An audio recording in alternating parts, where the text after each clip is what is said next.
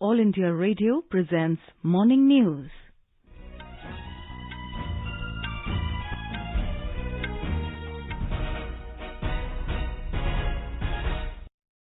Good morning. I am Sarabjit Kaur and with me is Subhadra Ramachandran. The headlines. Prime Minister Narendra Modi calls for evolving a judicial system capable to deliver easy and speedy justice for all, stresses importance to promote local language in courts so that people feel connected with the judicial process. Prime Minister Modi to embark on a three-nation visit to Germany, Denmark and France beginning tomorrow.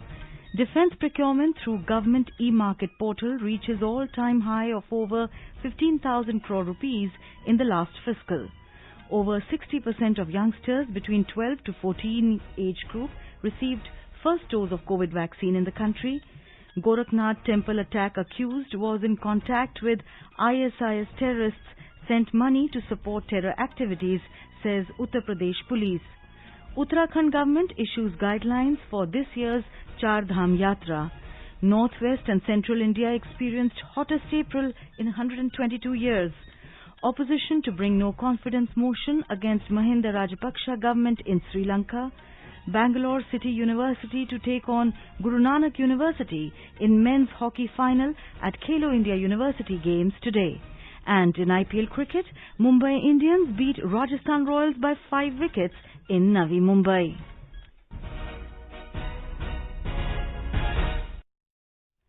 Prime Minister Narendra Modi has called for a judicial system that can deliver easy justice, speedy justice and justice for all. He said our vision in Azadi Ka Amrit Kal should be of such a judicial system. He was addressing the inaugural session of the Joint Conference of Chief Ministers of States and Chief Justices of High Courts in New Delhi yesterday. The Prime Minister said our priority should be questions like what kind of judicial system would we like to see when the country completes 100 years of independence. अमृत काल में हमारा vision एक ऐसी न्याय व्यवस्था का होना चाहिए जिसमें न्याय सुलभ हो, न्याय त्वरित हो और न्याय सबके लिए हो. The Prime Minister said the government considers the possibilities of technology in the judicial system as an essential part of the Digital India mission. He said the e-courts project is being implemented in mission mode in the country. The Prime Minister insisted on encouraging local languages in courts, saying it will increase the confidence of the common people in the judicial system. बड़ी आबादी को न्यायिक प्रक्रिया से लेकर फैसलों तक को समझना मुश्किल होता है. हमें इस व्यवस्था को सरल और आम जनता के लिए ग्राह्य बनाने की जरूरत है. हमें कोर्ट्स में स्थानीय भाषाओं को प्रोत्साहन देने की जरूरत है. और मुझे खुशी है कई राज्यों ने मातृभाषा में टेक्निकल एजुकेशन, मेडिकल एजुकेशन के लिए कुछ इनिशिएटिव लिए हैं. तो आगे चल करके उसके कारण गांव का गरीब का बच्चा भी जो भाषा के कारण रुकावटें महसूस करता है उसके लिए सारे रास्ते खुल जाएंगे. और ये भी तो एक बड़ा न्याय है. ये भी एक सामाजिक न्याय है. सामाजिक न्याय के लिए न्यायपालिका के तराजू तक जाने की जरूरत नहीं होती है. सामाजिक न्याय के लिए कभी भाषा भी बहुत बड़ा कारण बन सकती है. Mr. Modi said the judiciary is the guardian of the constitution and the legislature represents the aspirations of the citizens, adding that this balance will prepare the roadmap for an effective and time-bound judicial system in the country. Talking about under-trial prisoners, the Prime Minister said today there are about 3.5 lakh such prisoners in the country. He said most of them are from poor or ordinary families and urged the Chief Ministers and Chief Justices of High Courts to give priority to their cases. Chief Justice of India, N.V. Ramanna, said the law should be made after thorough debates and discussions incorporating the needs and aspirations of the concerned people. Law and Justice Minister Kiren Rijiju and Chief Ministers of several states and union territories were present at the conference. Prime Minister Narendra Modi will pay an official visit to Germany, Denmark and France from the 2nd to 4th of May. This will be the Prime Minister's first visit abroad this year. On the first leg of his visit in Berlin, the Prime Minister will hold bilateral talks with German Chancellor Olaf Scholz. The two leaders will co-chair the 6th edition of the India-Germany Intergovernmental Consultations. The biennial IGC is a unique dialogue format that also sees participation of several ministers from both sides. This will be Prime Minister's first IGC with Chancellor Scholz and also the first such government-to-government consultations of the new German government, which assumed office in December last year. During the visit, Prime Minister Modi and Chancellor Scholz would also jointly address a business event. Mr. Modi will address and interact with the Indian community in Germany. The Prime Minister will leave for Copenhagen next on an official visit at the invitation of Prime Minister of Denmark, Mette Frederiksen. He will also participate in the second India-Nordic Summit being hosted by Denmark. He will hold talks with Prime Minister Frederiksen as well as an audience with Queen Margaret II. The Green Strategic Partnership was the first of its kind arrangement between India and Denmark. The visit would provide both sides an opportunity to review progress as well as examine ways to further expand their multifaceted cooperation. During the visit, the Prime Minister will attend an India-Denmark Business Forum and also address members of the Indian diaspora. During the second India-Nordic Summit, the Prime Minister will also interact with other Nordic leaders, which include Prime Minister Katrin Jacobsdottir of Iceland, Prime Minister Jonas Gahr Store of Norway, Prime Minister Magdalena Andersson of Sweden, and Prime Minister Sanna Marin of Finland. The summit will focus on subjects like post-pandemic economic recovery, climate change, innovation and technology, renewable energy, the evolving global security scenario, and India-Nordic cooperation in the Arctic region. The first India-Nordic summit took place in 2018 in Stockholm. On the last leg of the tour, the Prime Minister will briefly stop over in Paris and meet the President of France, Emmanuel Macron. India and France are celebrating 75 years of their diplomatic relations this year, and the meeting between the two leaders will set a more ambitious agenda of the strategic partnership. Procurement orders by the Ministry of Defence through Government e-Market GEM portal have reached an all-time high of over 15,000 crore rupees for 2021-2022. The Defence Ministry said it is a jump of more than 250% over the last financial year. The GEM was started in August 2016 to revamp the old tender process and bring greater probity and transparency in the government procurement through digitization. The Central Consumer Protection Authority has issued advisory to e-commerce entities against illegal sale and facilitation of wireless jammers. The Consumer Affairs Ministry said sale and use of any wireless device without authorization and license under the Indian Telegraph Act or Indian Wireless Telegraphy Act is illegal. The ministry said as per the guidelines issued by the central government, jammers may be allowed only under exceptional circumstances, only when authorized by the Secretary, Security and the Cabinet Secretariat. Health Minister Dr. Mansukh Mandavia has said that over 60% of youngsters between 12 to 14 age group have received the first dose of COVID-19 vaccine. In a tweet, Dr. Mandavia has congratulated all the youngsters who got vaccinated. The free-of-cost COVID-19 vaccination for the age group 12 to 14 years began on 16th of last month. India's COVID vaccination coverage has crossed 189 crore mark. More than 23 lakh vaccine doses were administered yesterday. The Health and Family Welfare Ministry said more than 3 crore 63 lakh vaccine doses have been administered to 12 to 14 years age group so far. Over 2 crore 82 lakh precaution doses have been administered to the identified categories of beneficiaries, including healthcare workers, frontline workers, and people above 18 years of age. In Bihar, country's first ethanol plant was inaugurated in Purnia district yesterday. On this occasion, Chief Minister Nitish Kumar said that ethanol production would help reduce the cost of petrol and generate fresh employment opportunities in the state. The rupees 105 crore plant, set up by a private investor, is the first one developed since the Union government approved Bihar government's ethanol production and promotion policy 2021.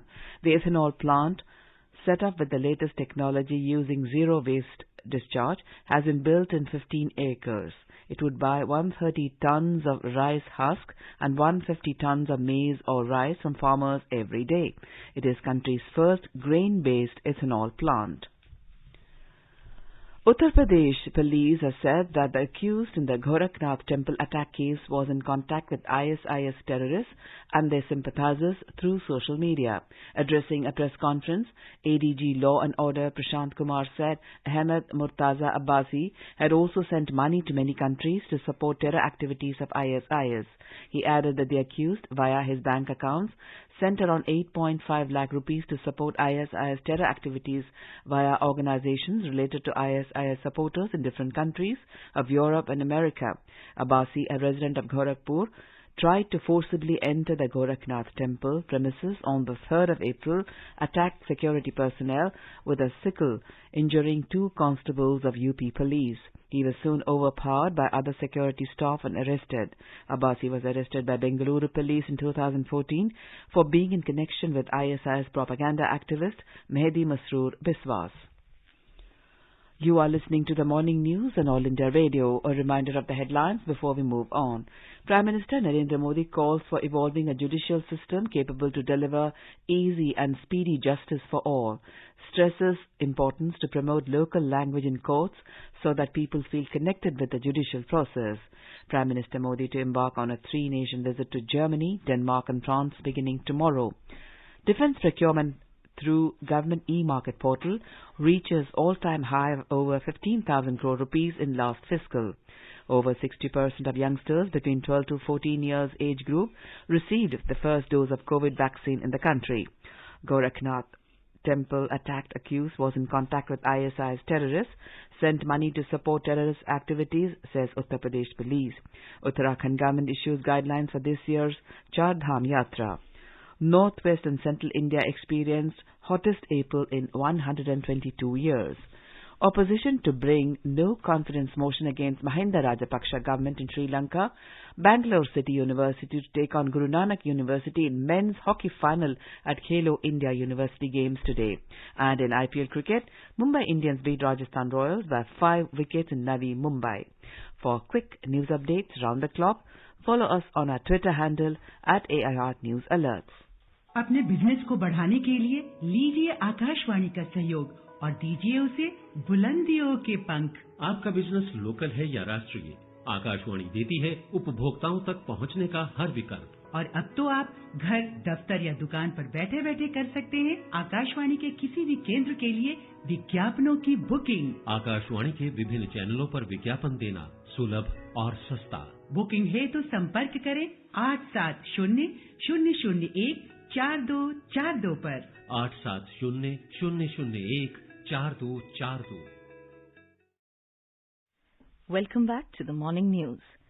The Uttarakhand government has issued guidelines for this year's Char Dham Yatra, which will begin with the opening of Gangotri and Yamunotri temples in Uttarkashi district on Tuesday. Registration of all devotees on the state government's portal before their arrival has been made mandatory. But mandatory COVID testing and checking of vaccination certificates for pilgrims is not required. The Kedarnath temple in Rudraprayag district will open on the 6th of May and the Badrinath shrine in Chamoli district will open on the 8th of May. And now let's listen to our special program, Azadi Ka Safar, highlighting the importance of the day during the freedom struggle. Azadi Ka Amrit Mahotsav.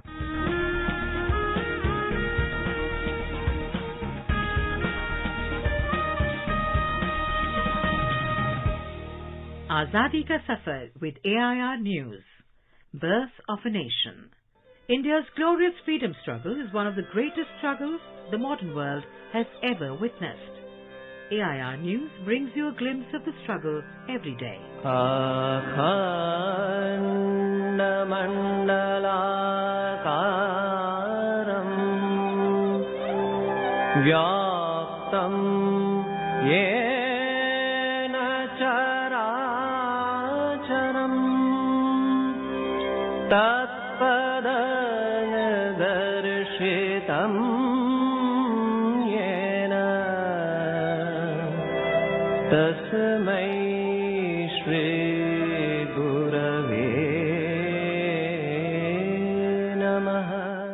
On the 1st of May 1897, Swami Vivekananda established Ramakrishna Mission at the monastery of Belur Math near Kolkata.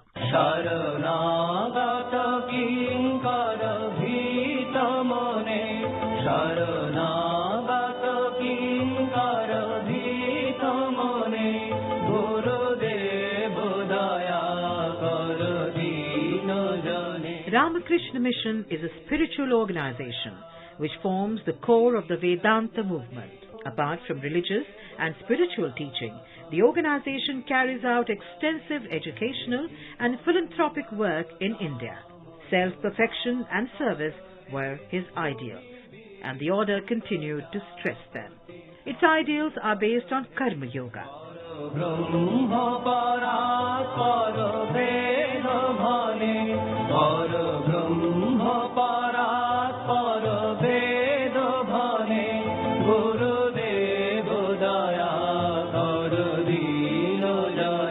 Ramakrishna Mission has been engaged in serving humankind without the distinction of caste, creed, color, race, nationality, gender, or any other distinction in the fields of education, health, relief and rehabilitation, etc. for more than a century. The twin organizations, Ramakrishna Math and Ramakrishna Mission, are international organizations with 142 centers in India and 47 branches outside India.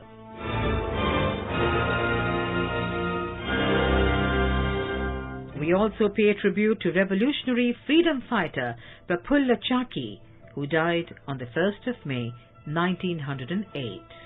On the 30th of April 1908, after mistakenly bombing the carriage which they thought was carrying the magistrate Kingsford, Prafulla Chaki and Khudiram Bose took separate routes to escape. By midnight, the entire city of Calcutta was aware of the incident, and the city police were tasked to find and arrest the two assailants. Police arrested Khudiram Bose from Veni railway station on the 1st of May 1908. On the other hand, Prafulla had travelled long and reached Samastipur station, where a railway employee named Trigunacharan Ghosh noticed him and offered help.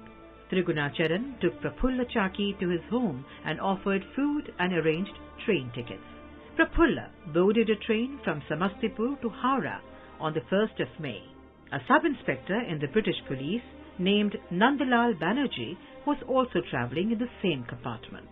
He struck a conversation and suspected Prafulla to be the other revolutionary involved in bombing that had taken place just one day before. When Prafulla got down at a station to drink water, Nandalal sent a telegram to the Muzaffarpur police station. Police arrived at the next station of Mokamaghat, where Nandalal Banerjee tried to apprehend Prafulla. Prafulla Chaki was firm not to give in and shot himself twice in the head with his own revolver.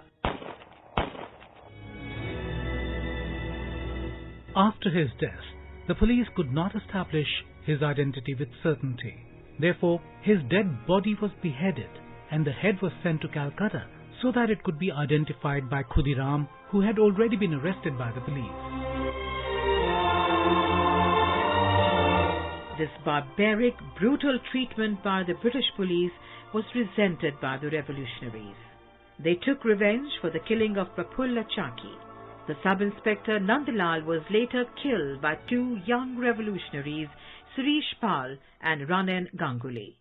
AIR News salutes the brave son of the soil, Prafulla Chaki. That brings us to the end of this episode of Azadi Ka Safar with AIR News. See you in the next episode tomorrow.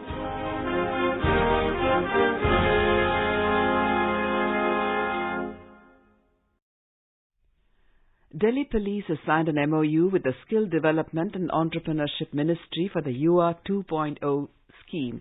The MOU was signed in the presence of Lieutenant Governor of Delhi Anil Baijal and the Delhi Police Commissioner Rakesh Asthana.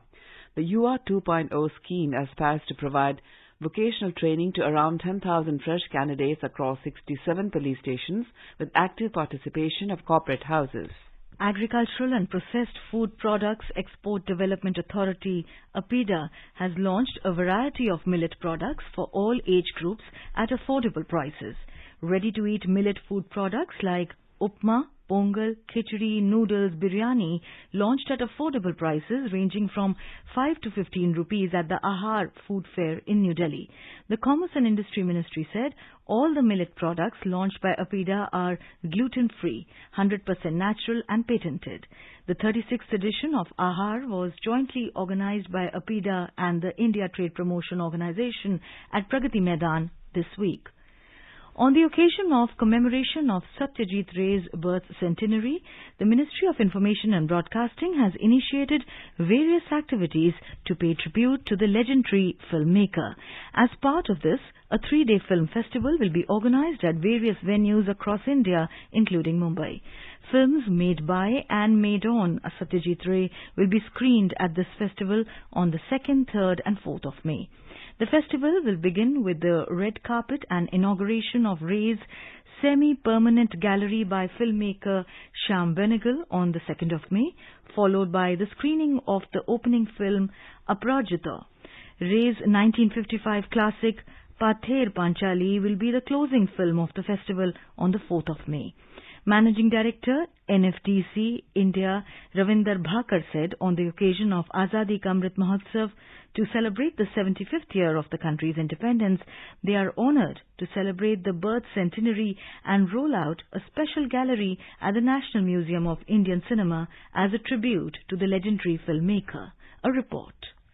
Born on 2nd of May 1921 in an intellectual and affluent family of Kolkata, Satyajit Ray, the master storyteller, has left a cinematic heritage that belongs as much to India as to the world. His films demonstrate a remarkable humanism, elaborate observation, and subtle handling of characters and situations.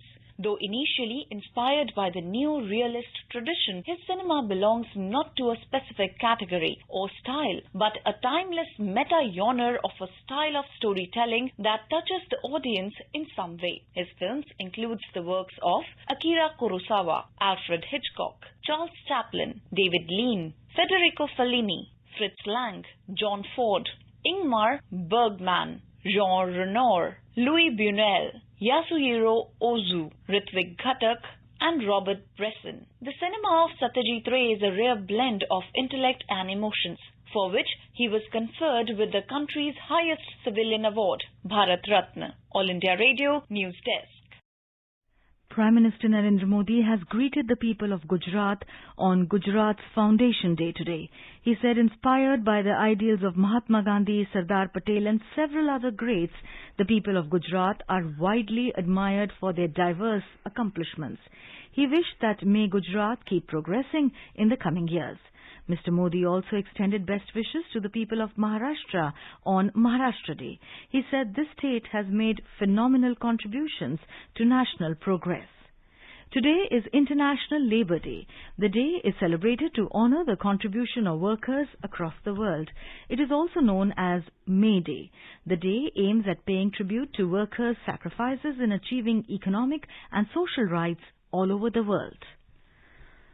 All India Radio News has launched a new weekly interactive program, Abhyas for Competitive Examinations. It is aimed at reaching out to students and job seekers preparing for competitive examinations. The program is in Hindi and is broadcast every Saturday between 9:30 and 10 p.m. Every week, a subject is chosen. Students can ask questions through WhatsApp or email, and a guest speaker or expert responds to their queries. Questions on each subject are selected on the basis of crowd sourcing from the students across the country. The program also includes segments like Explainer, Fact File, Examination Calendar, and Question of the Week. The 6th episode of the program will be aired on Saturday, the 7th of May. The topic for this episode is Public Administration. Students can send their queries on WhatsApp number 928-909-4044 or mail on abhyas.air@gmail.com. The deadline for submission of questions is 4th of May. So, join us at All India Radio News for the Abhyas every Saturday at 9:30 p.m. on 100.1 FM Gold. Defending champions of men's hockey, Bangalore City University team will face Guru Nanak University in the final match in the Khelo India University Games today. The fencing prodigy from Guru Nanak Dev University and a Manipuri, Chingakam Jetli Singh, has been attracting attention through his performance in Khelo India University Games in Bengaluru. He secured a gold medal in the men's individual AP category on Friday. He has gained a place in the TOPS development group program and stands a chance to represent India at the 2024 Paris Olympics. In the IPL cricket, Mumbai Indians defeated Rajasthan Royals by 5 wickets at the Dr. D.Y. Patil Stadium in Navi Mumbai last night. In another match, Gujarat Titans defeated Royal Challengers Bangalore by 6 wickets at the Brabourne Stadium in Mumbai. Today, Delhi Capitals will face Lucknow Super Giants at Wankhede Stadium in Mumbai at 3:30 p.m., while Sunrisers Hyderabad will lock horn with Chennai Super Kings at MCA Stadium in Pune at 7:30 p.m. Sri Lanka's leader of opposition and Samagi Jana Balawage SJB leader Sajith Premadasa has said that the no-confidence motion would be brought against Prime Minister Mahinda Rajapaksa during the next session of Parliament. Premadasa made the announcement while speaking at the commencement of the 5th day of the Samagi Bala March organised by the SJB against the government in Yakala yesterday. Premadasa said the Rajapaksa government, which has taken the country to the brink of collapse within 2 years, should be sent home immediately. The India Meteorological Department, IMD, says northwest and central India have experienced the hottest April in 122 years. Jammu and Kashmir, Ladakh, Punjab, Haryana, Chandigarh, Delhi, Uttarakhand, Himachal Pradesh, Rajasthan, Gujarat, Madhya Pradesh and Chhattisgarh experienced the hottest April in over 122 years. As per the IMD, the average maximum temperature in April was recorded to be the highest ever at 37.78 degrees Celsius for central India, while it stood at 35.9 degrees for northwest India, nearly 3.35 degrees above normal. And now let us have a look at the weather forecast for today. The national capital Delhi will experience heat wave. The temperatures will hover between 26 and 45 degrees. Mumbai will have partly cloudy sky. The minimum temperature was 26 degrees Celsius, while the maximum is expected to be around 34 degrees. Chennai is likely to have a partly cloudy sky. The temperatures will hover between 28 and 35 degrees. Kolkata is likely to have a partly cloudy sky with possibility of moderate rain or thunderstorm. Srinagar, the minimum temperature was 12 degrees Celsius and the maximum will be 26 degrees. Jammu is expected to have a mainly clear sky. Leh will have a partly cloudy sky and Gilgit shall have a generally cloudy sky. Muzaffarabad will have a partly cloudy sky with possibility of rain. Kohima, Itanagar, Gangtok and Shillong will have generally cloudy sky with 1 or 2 spells of rain. Agartala will have a partly cloudy sky with 1 or 2 spells of rain or thunder showers. And now an overview of today's newspapers. Pitching the use of local languages in courts to strengthen people's right to access justice. Easy, speedy justice for all should be face of judiciary, says Prime Minister Modi, is a front-page headline in the Hindustan Times. With the change of guard in the Indian Army, General Manoj Pandey becomes first chief from Corps of Engineers, headlines the Sunday Express. The Delhi Metro Rail Corporation all set to scale new heights with its Phase 4 expansion. On a high, Metro to get its highest station in Phase 4. Hyderabad Badli interchange point will be 7-story tall, writes the Sunday Times. With the Indian government handling the matter with a firm hand, not all but some students can return to China on conditions, writes the Sunday Statesman. And finally, with the temperature soaring high, warmest April in northwest central India in 122 years, states the Sunday Pioneer. And now, before we end the bulletin, the headlines once again. Prime Minister Narendra Modi calls for evolving a judicial system capable to deliver easy and speedy justice for all. Stresses importance to promote local language in courts so that people feel connected with the judicial process. Prime Minister Modi to embark on a 3-nation visit to Germany, Denmark and France beginning tomorrow. Defence procurement through government e-market portal reaches all-time high of over 15,000 crore rupees in the last fiscal. Over 60% of youngsters between 12 to 14 years age group received first dose of COVID vaccine in the country. Gorakhnath temple attack, accused was in contact with ISIS terrorists sent money to support terror activities, says Uttar Pradesh police. Uttarakhand government issues guidelines for this year's Char Dham Yatra. Northwest and Central India experienced hottest April in 122 years. Bangalore City University to take on Guru Nanak University in men's hockey final at Khelo University games today. And in IPL cricket, Mumbai Indians beat Rajasthan Royals by 5 wickets in Navi Mumbai. And with that, we end the morning news. Have a nice day.